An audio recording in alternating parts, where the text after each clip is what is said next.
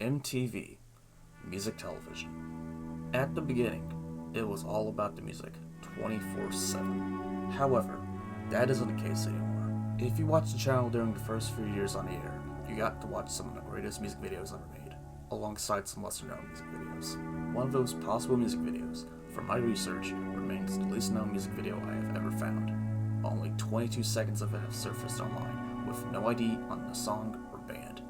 Despite being in the age of new wave and the second British invasion, this band seems to have fallen through the cracks and left nothing behind to look back at. Well, other than those 22 seconds. In today's video, we're going to talk about the early years of MTV, talk about this lost music video, and see where we can hopefully find it.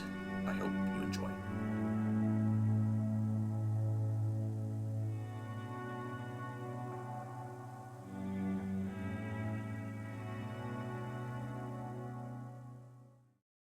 On August 1st, 1981, MTV launched to a rocky start. The channel was only distributed by 252 cable systems that reached only 2.1 million households by the end of that September.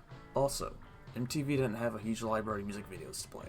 They didn't help themselves by playing mostly AOR music videos, which meant a lot of music videos from country, jazz, and R&B artists didn't get played on the network, especially from African American artists. Due to how limited the library was, MTV took a risk by acquiring music videos from lesser-known artists and playing those alongside the barrage of Rod Stewart music videos. New wave artists especially benefited from having their music videos played. However, MTV went a step further and also aired music videos from unsigned artists, with Blotto being the first unsigned act to be played on the channel, with their music video for I Wanna Be a Lifeguard being the 36th music video MTV played, after Iron Maiden's Wrathchild. During the first couple of years, MTV played a decent amount of music videos from unsigned artists, such as Boot Camp, Seduce, and The Sights. Starting in 1983, the channel would premiere a program that saw unsigned bands competing to win a record contract, with viewers voting for their favorite band to win.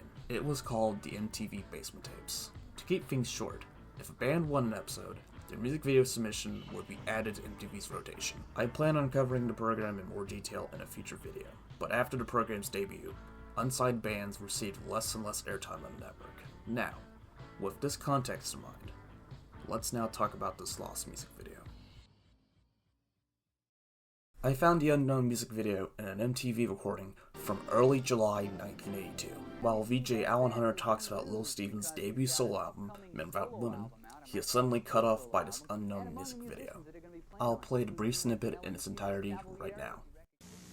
Miami Steve Van Zandt is in the news because he's got an upcoming solo album out. I might add his first solo album. And among the musicians that are going to be playing on it include Dino Danelli and Felix Cavalieri, if you recognize them.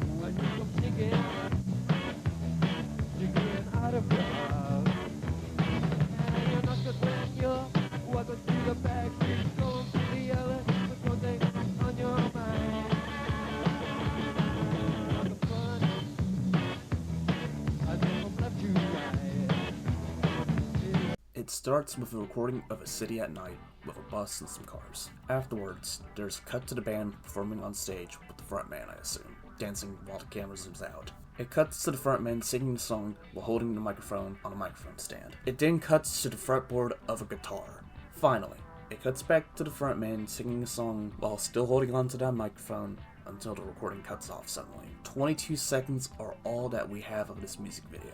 22 seconds. It doesn't help the fact that the snippet's quality isn't the best. My interpretation of the lyrics is certainly not accurate, but here's what I was able to make out. You can pause the video here to look at the lyrics. From now on, I'll refer to the music video as Lots of Fun to prevent any confusion. My assumption is that Lots of Fun was recorded between 1980 and 1982. Also, due to how poor the quality is, I couldn't pick up the accent of the frontman. It isn't a huge jump in logic to assume that the band could be from Australia, Canada, New Zealand, the UK, or the US. If not those places, then possibly the band could be from somewhere else in Europe. Now, the genre of the song. Obviously, Lots of Fun fits in the new wave camp with reggae/ska guitar. During the early years of MTV, two-tone bands such as Madness, The Selector, and The Specials had their music videos played. And of course, music videos from the Police with their new wave reggae rock sound were heavily played on the channel. When I started my initial deep dive into finding Lots of Fun, I read through archived copies of Billboard and R&R magazines and stayed listening to music videos MTV had in rotation at that time. Billboard magazine wouldn't start listing MTV music videos until February 5th, 1983, and it would list music videos added into MTV's rotation from the previous week. R&R magazine started listing MTV music videos over a year earlier, starting January 8th, 1982. But despite finding a decent amount of obscure music videos, including a listing for 2 lost music videos from a band called The Goods, I couldn't find anything that sounded like lots of fun. I had reached a dead end. So, in a last-ditch effort to even get the slightest bit of information on Lots of Fun, I uploaded the 22-second snippet to this YouTube channel. Some of you might be wondering if Lots of Fun could have been played elsewhere. My answer is yes. Of course it could have been played elsewhere. Night Flight, having debuted on NBC almost 2 months earlier than MTV on June 5th, 1981, could have possibly played Lots of Fun. However, I wasn't able to find it in any of the available Night Flight recordings on the Internet Archive. Another program, Video Jukebox, having debuted on HBO in December 1981, could have also played it. But just like with the available Night Flight recordings, I wasn't able to find it. Another question some of you might be asking is, are you even sure this music video was even played on MTV? And my answer is not as definitive. I slightly lied about the Lots of Fun music video being played on MTV. Not because I know it wasn't, but because some music videos played on MTV were only played a few times before it disappeared completely, either into the dusty shelves of MTV's archives, or sent back to whatever music label it came from, never to be mentioned again. 2 notable music videos that received this treatment were Hayoka's Video Madness and Rocket's Rolling by the Record Machine. This could possibly have been the case for Lots of Fun. MTV during this time was also still struggling to reach a lot of Americans. New York City and Los Angeles wouldn't get MTV until 1983. With the channel having less eyes on it, there wasn't as many recordings made that could have possibly recorded Lots of Fun. If the Lots of Fun music video was made after July 1982, then there's a slim possibility it could have been played on the MTV basement tapes. Unfortunately, most of his episodes are lost media, so if any of you have recordings of the program, please let me know down below.